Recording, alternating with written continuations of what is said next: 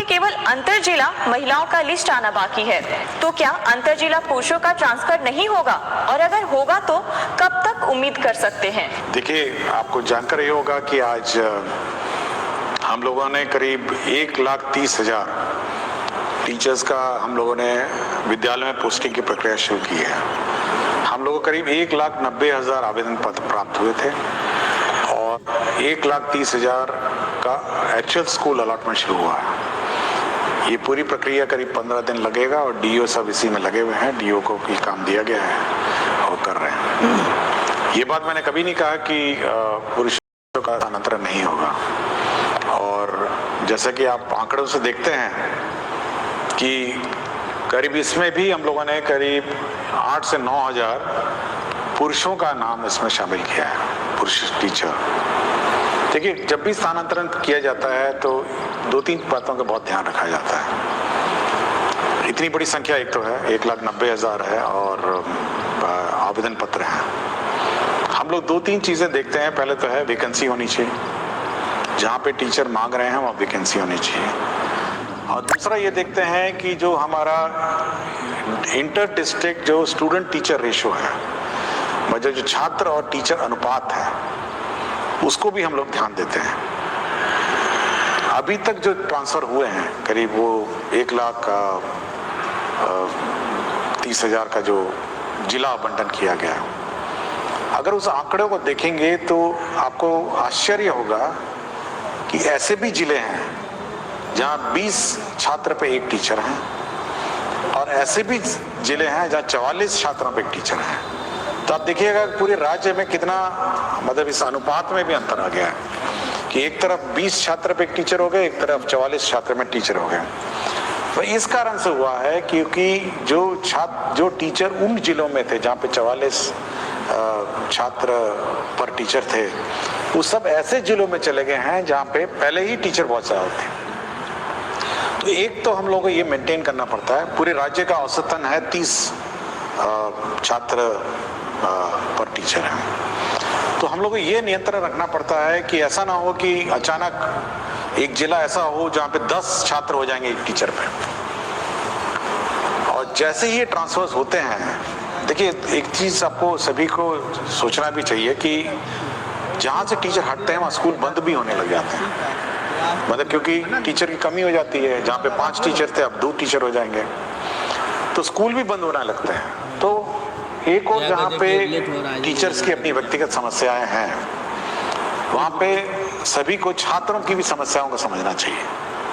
अगर छात्र भी, मतलब जहाँ उसको 5 टीचर आज थे, जैसे ही वो टीचर स्थानांतरण होकर चले जाएंगे उसके बाद 2 टीचर बच जाएगा, और वही 5-6 क्लासेस जो है वो अब 2 टीचर पढ़ाएंगे, तो कितना कठिनाई छात्र को होगा। तो ये सब देखते हुए हम लोग करते हैं। फिर भी हम लोगों ने 1,30,000 टीचर्स अकोमोडेट किए हैं, और सबसे ज्यादा जो हम लोग का प्रेशर है, जो सबसे ज्यादा टीचर्स का स्थानांतरण का जो दबाव है वो है पटना जिला में।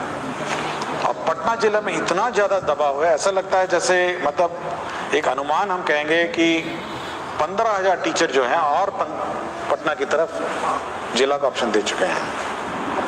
तो इतनी बड़ी संख्या में जैसे ही 15,000 टीचर हम लोग अकोमोडेट करने की कोशिश करते हैं, तो आप अनुमान लगा सकते हैं कि मतलब स्टूडेंट और टीचर रेशो पूरे राज्य का कितना मतलब अजीब हो जाएगा। तो हम लोग कोशिश कर रहे हैं। हम लोग जहाँ जहाँ पुरुषों ने मांगा, जहाँ पर वैकेंसीज थी, जहाँ जहाँ टीचर्स कम थे, हम लोगों ने वहाँ जिलों में पुरुषों को भी हम लोगों ने अकोमोडेट किया। अभी उनके इनबॉक्स में दिख नहीं रहा होगा, 1-2 दिन में वो भी पुरुषों में भी दिख जाएगा। तो धीरे धीरे जैसे जैसे वैकेंसीज आती जाएंगी या हम लोग को दिखने लग जाएंगी, हम लोग करेंगे। तो मैंने कभी ये नहीं कहा कि पुरुषों का नहीं करेंगे। हम केवल यही एक कंस्ट्रेंट है कि हम लोग शिक्षक छात्र अनुपात देखते हैं और वैकेंसी देखते हैं, और जैसे जैसे होगा। लेकिन टीचर्स को भी समझना चाहिए कि छात्रों पर क्या गुजरती है और कितना कष्ट हमारे छात्रों पे होता है। सर, अगला सवाल है, आदरणीय अपर मुख्य सचिव, शिक्षा विभाग पटना बिहार ज्ञातव्य है कि आपके द्वारा गठित समिति के निर्देशानुसार पिछले अप्रैल माह में लगभग 17,000 के आसपास शिक्षकों के स्थानांतरण हेतु जिला आवंटित कर दिया गया है, परंतु विद्यालय आवंटन की प्रक्रिया अभी भी अपूर्णता की ओर है। महोदय, अनेकानेक शिक्षक व शिक्षिका के पुत्र व पुत्री का नामांकन नए सत्र में नए विद्यालय में होने हैं।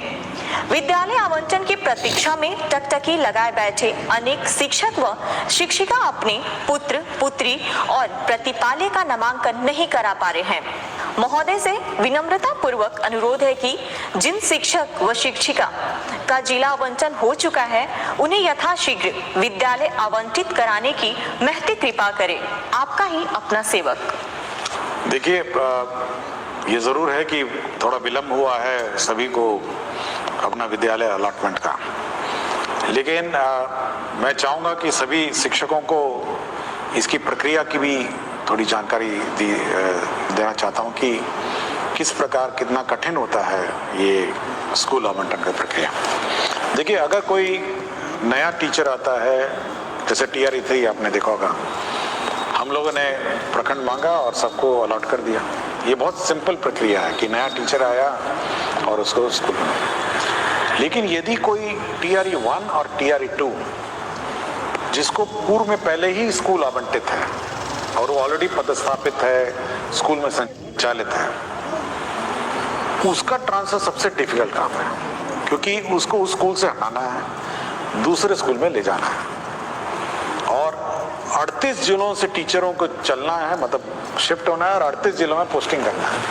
मतलब आप अगर उस शीट को देखेंगे, जब शीट देखते हैं तो बिल्कुल भयावह दिखता है कि 1,90,000 टीचर जो पूर्व में किसी व्यवस्था से पोस्टेड थे और अपने अपने जिलों में पोस्टेड थे, कोई भी ऑर्डर से, जिस भी ऑर्डर से हो, रैंडम कर दिया गया हो या अन्य है, उस पूरी व्यवस्था को जब हम लोग फिर एक बार रिकैलकुलेट करते हैं और ऑप्शन के हिसाब से 1,90,000 अभ्यावेदन में से हम लोग करीब 1,30,000 हम लोग निकाल पाए हैं। 1,30,000 का मतलब ये है कि 1,30,000 टीचर इधर से उधर जा रहे हैं, मतलब स्कूल से दूसरे स्कूल जा रहे हैं, ये टीचर उधर से उधर जा रहा है।